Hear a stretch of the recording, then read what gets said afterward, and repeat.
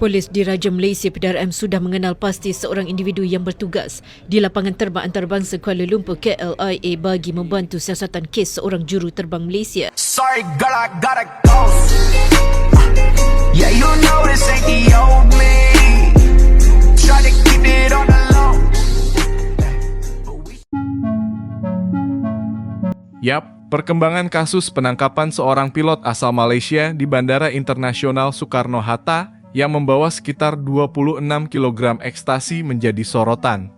Dalam perkembangan penyelidikan, kepolisian Malaysia mengungkap adanya indikasi bahwa pelaku diduga tidak bekerja seorang diri. Penyidik menyatakan telah menemukan dugaan keterlibatan seorang pegawai bandara di Kuala Lumpur yang diduga membantu melancarkan aksi tersebut. Temuan ini menjawab pertanyaan mengenai bagaimana barang terlarang itu dapat lolos dari proses pemeriksaan di bandara.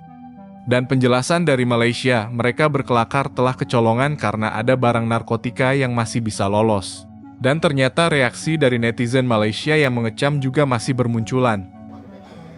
Polis Diraja Malaysia PDRM sudah mengenal pasti seorang individu yang bertugas di lapangan terbang antarabangsa Kuala Lumpur KLIA bagi membantu siasatan kes seorang juru terbang Malaysia disyaki cuba menyeludup dadah ke Indonesia pada Rabu lalu. Pengarah Jabatan Siasatan Jenayah Narkotik JSJN Bukit Aman, Datuk Husin Omahan berkata, bagaimanapun tiada sebarang tangkapan dilakukan setakat ini. Husin menjelaskan prosedur pemeriksaan di KLIA membabitkan 4 peringkat saringan perlu dilalui. Jika hasil saringan pertama yang dilakukan melalui sistem imbasan automatik tiada mengesan sebarang masalah, beliau berkata, maka tidak perlu melalui peringkat saringan kedua. Sebaliknya, jika hasil saringan dan pemerhatian mengesan sesuatu yang mencurigakan, katanya ia akan dibawa ke peringkat saringan kedua atau ketiga. Okey, saya akan ambil lead daripada pihak PDRM.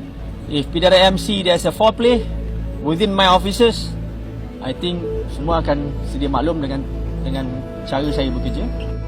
Demikian tegas Ketua Pengarah Agensi Kawalan dan Perlindungan Sempadan Malaysia AKPS Datuk Seri Muhammad Syuhaili Muhammad Zain dalam mendepani insiden seorang juru terbang warga Malaysia yang ditahan di Indonesia kerana disyaki cuba menyeludup dadah.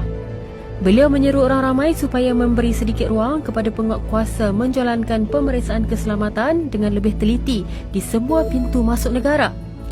Segala prosedur pemeriksaan keselamatan melibatkan juru terbang dan kru penerbangan di semua lapangan terbang di negara ini juga akan ditambah baik. Suspek telah melalui semua proses saringan sebelum beliau menaiki pesawat dan berlepas ke Indonesia pada 28 hari bulan tersebutlah. Dalam saringan yang dilakukan seperti mana biasa menggunakan scanner, perkara ataupun beg yang dibawa tidak memberi apa jua imej yang mencurigakan. Inilah berikutan kes pilot Malaysia yang ditahan kerana seludup bahan terlarang dekat Indonesia.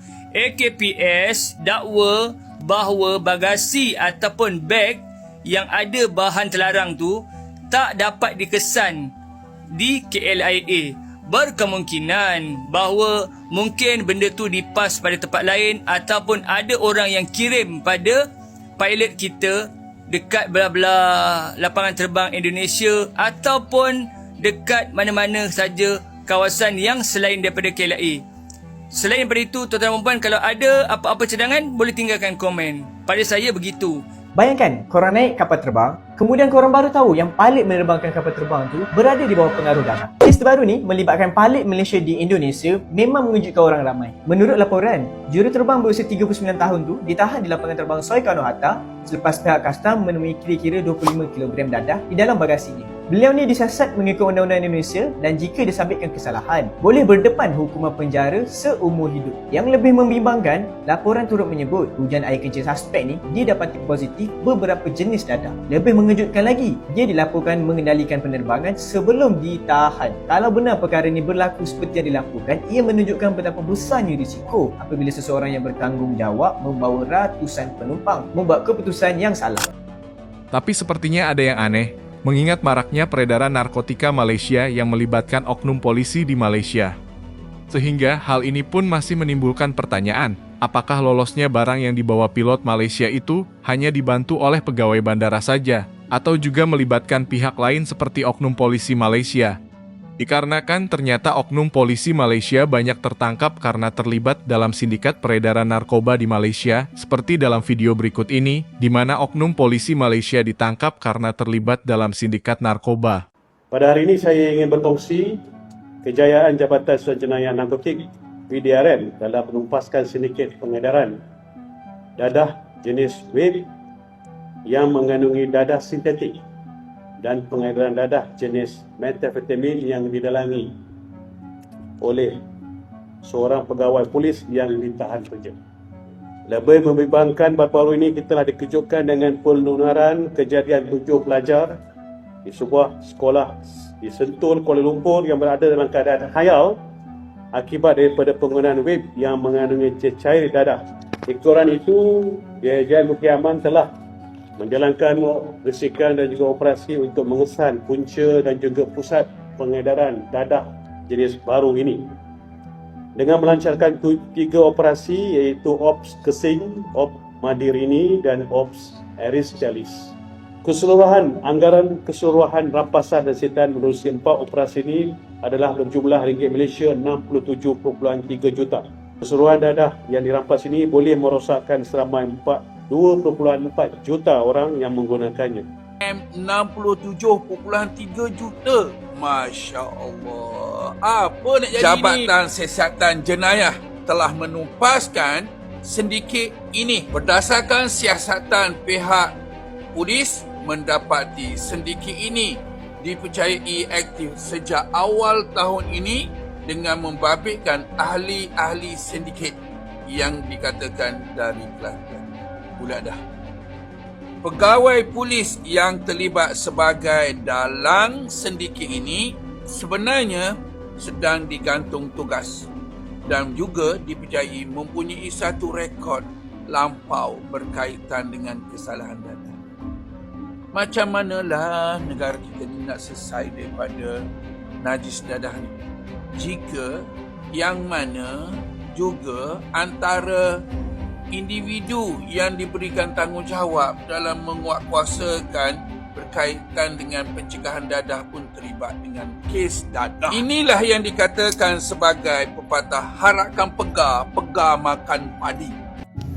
Pegawai polis digantung tugas dalang sindiket barang terlarang RM21.3 juta. Bukan sikit tetapi 21.3 juta. Wa iyazubillah. Tapi hanya digantung tugas. Di manalah keadilan? Di mana kewarasan?